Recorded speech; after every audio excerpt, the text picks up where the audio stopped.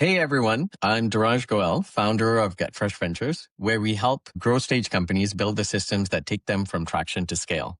This is the Founder Spotlight series where we cut through the hype and get into the frameworks, lessons, and scars that shape execution. Today, I'm speaking with someone who sits at this intersection of science, regulation, and entrepreneurship. Dr. Lucas McCann, co-founder and chief science officer of CannDelta, one of North America's leading cannabis licensing and compliance consultancies. Lucas has a PhD in organic chemistry, was part of Health Canada's Inspectorate, I think it's Inspectorate program, and has built a consulting firm that's helped over 300 businesses get licensed across the US, Canada, and internationally. He's one of the rare founders who's taken a highly scientific background, chemistry, government regulation, and turned it into a commercial advantage for a notoriously difficult, fragmented market. Lucas, I know your journey started in the lab and ended up in the boardrooms across 3 countries. For anyone who hasn't followed your path, give us a short version. How does a PhD chemist leave that job and end up building one of the largest and most pronounced cannabis licensing consultancies in North America?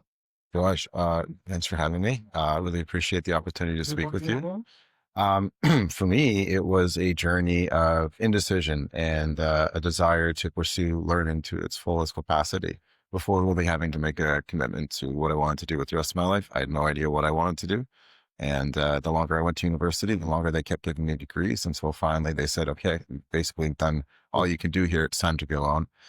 And then found myself at Health Canada working for a short time in the inspector. Left and did a little bit of tech sales. Following that, there was a great opportunity with legalization starting in Canada and had a partner, a colleague who was also at university with me who helped get my job at Health Canada, who was previously with the medical cannabis program. And around the time of legalization, saw an opportunity to monetize something and hits an industry that was growing. So right place, right time story. And we've grown the company 20 people strong. And it's been great years of being my own boss and being an entrepreneur.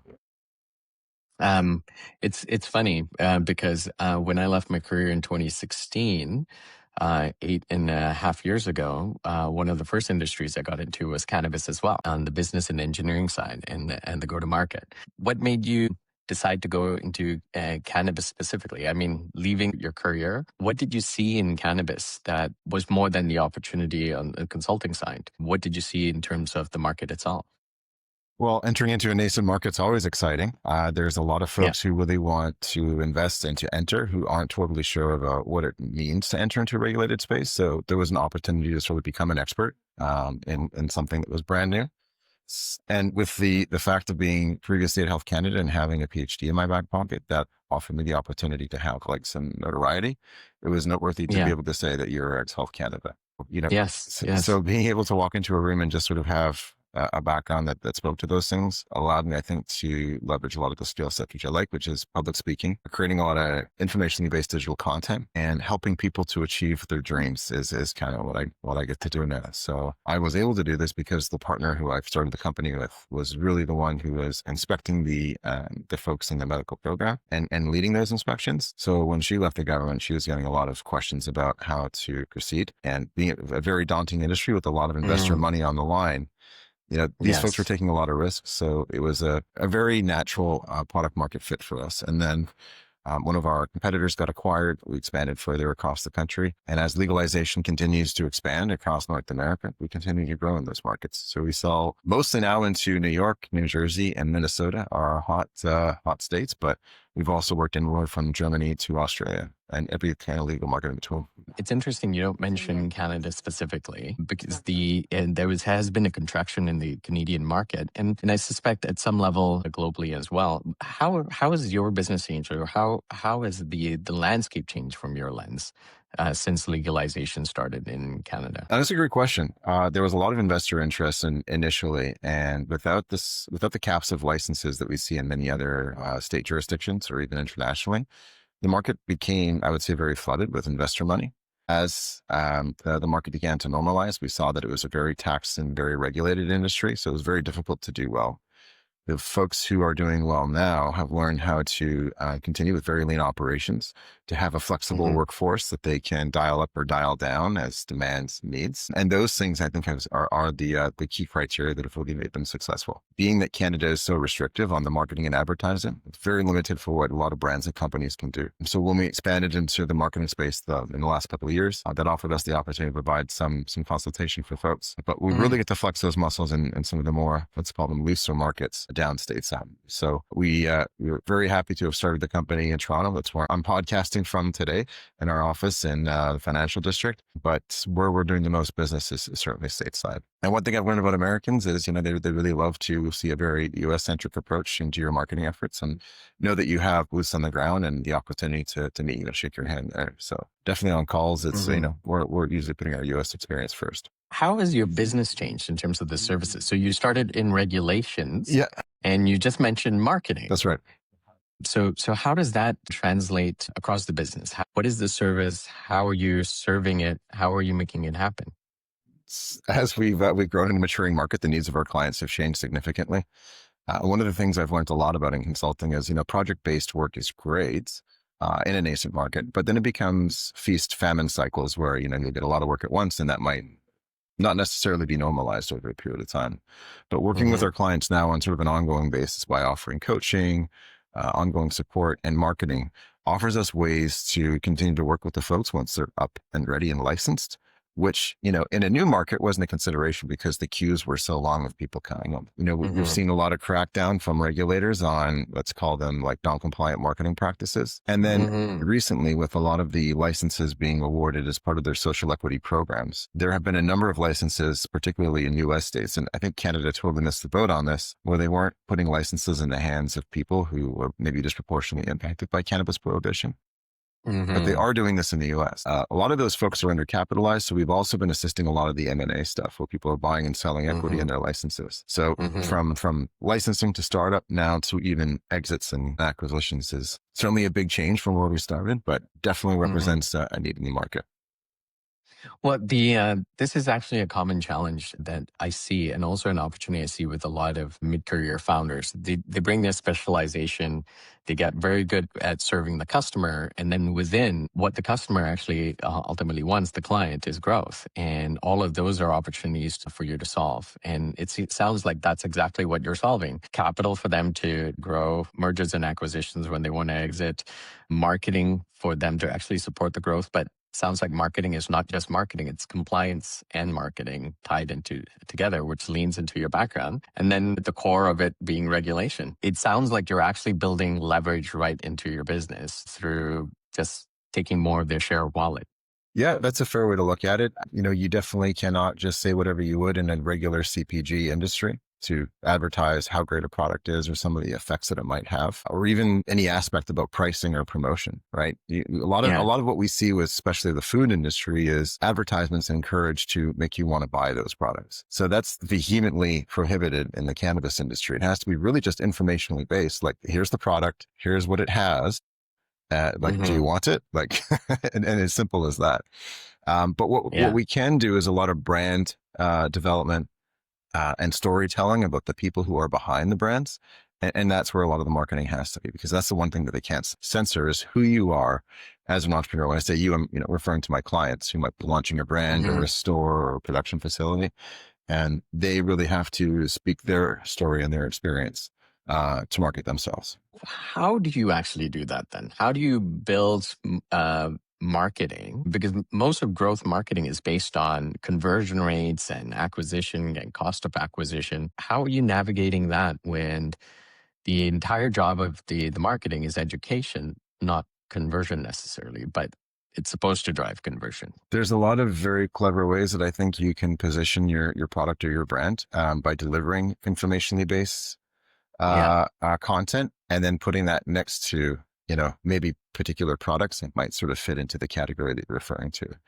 A lot of producers are very interested in researching minor cannabinoids, and their use in the industry has provided people access to compounds that aren't necessarily pharmaceuticals, that have anecdotal evidence about how they might work with the body, and provide people plant-based alternatives that they're usually much more comfortable with once they've been on these products for specifically long periods of time. So there's that. And, telling stories about the people that are behind the products, telling stories about how these are a lot of entrepreneurs with families and, have maybe even themselves been disproportionately impacted by prohibition, whether that's by becoming cultivators or supplying in compassion groups cannabis products to those who might need to use cannabis as medicine, like for instance, cancer patients. So by telling those kinds of the stories and casting these people behind the brands in a positive light, we do that to drive sales, but also content creation and SEO is the other part of that. So engaging content that people want to share, making things interesting, telling stories about people's journeys is really helpful. And then ensuring that, the articles continue to come out and it responds to keywords that people are naturally looking for online. Well, you set out to learn a lot more, and you sound more like a marketer and a digital marketer than a cannabis regulator.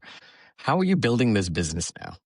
Especially, and this is a multifaceted question, and maybe we need to break it up into a couple of chunks, but there's the building of the consultancy, which is a professional services firm. It's human driven, but to really get leverage and scale, you got to start applying technology. And now there's AI. You're expanding the share of wallet, but each one is its own business model: regulation, licensing, M&A, marketing.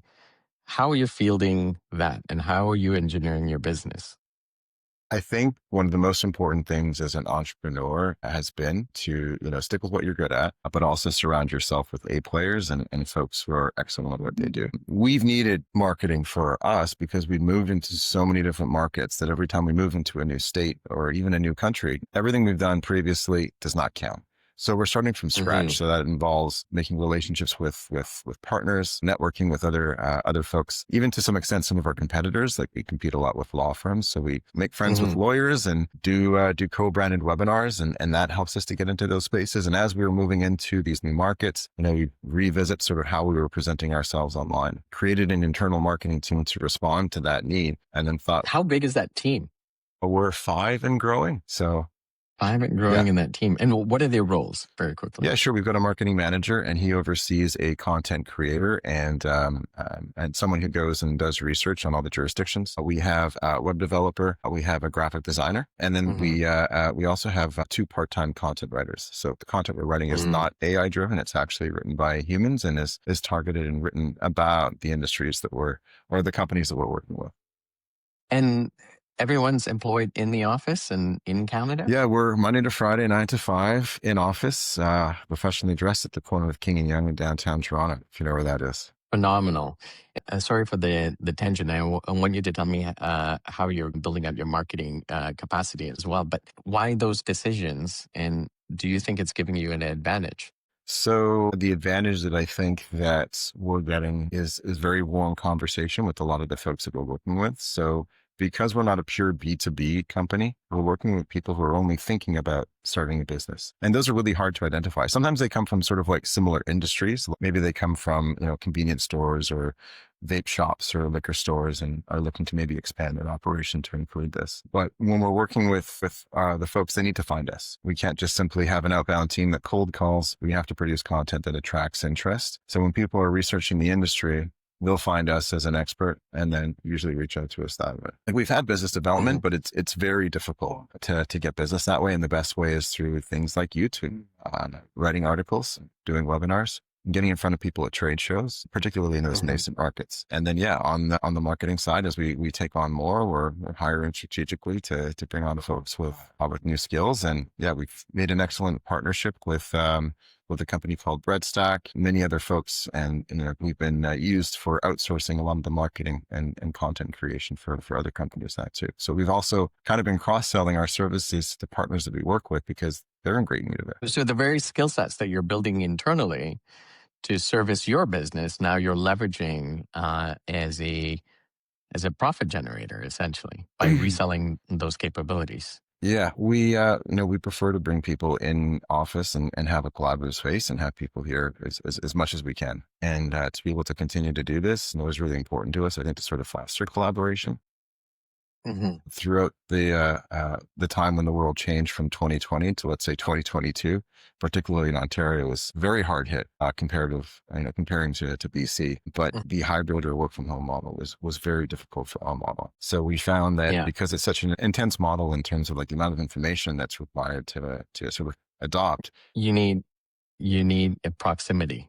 It's Proximity matters. learning through osmosis is a great way to help Yes. hop on board the folks, and not only that, but also to give them the visibility. And I think the coaching that folks sometimes need that you can't always recognize when working through Zoom or Slack.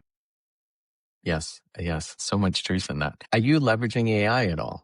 Yeah, of course. AI, I think, is really great at doing quick research on things. We have a chat bot that we use on our website for people coming in that we've trained on our services. We have chat bots that we have trained GPTs on regulations for particular states that we can leverage, at a glance. And it's right now, it's excellent for starting a lot of things, but in terms of finishing, we're not noticing that, AI is from cradle to grave, being able to produce things like SOPs or even full applications to the extent that we're doing it, because it's just not at that level of advancement yet. It might be at one point, but it's not quite there today. So it can be great for getting started with things like templates and other things. But from that aspect of it, It's still responsible use. You can't just let it run off on its own yet. Or I still believe living with it and working with these technologies every day, we're still a ways off.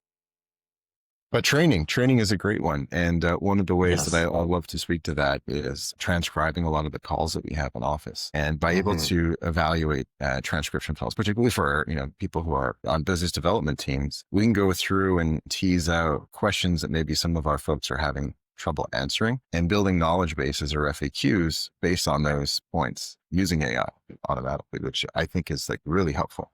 But again, as a person, you still have to go and read those documents and absorb that information at the end of the day. But in terms of getting it started, The official term is human in the loop. If you're in a room with a bunch of agentic coders, we're almost at time. So we're just going to finish up. I have a few personal questions, if you don't mind me asking as well. Like, you're a dad and you've got kids. How many kids do you have? I've got one 5-year-old.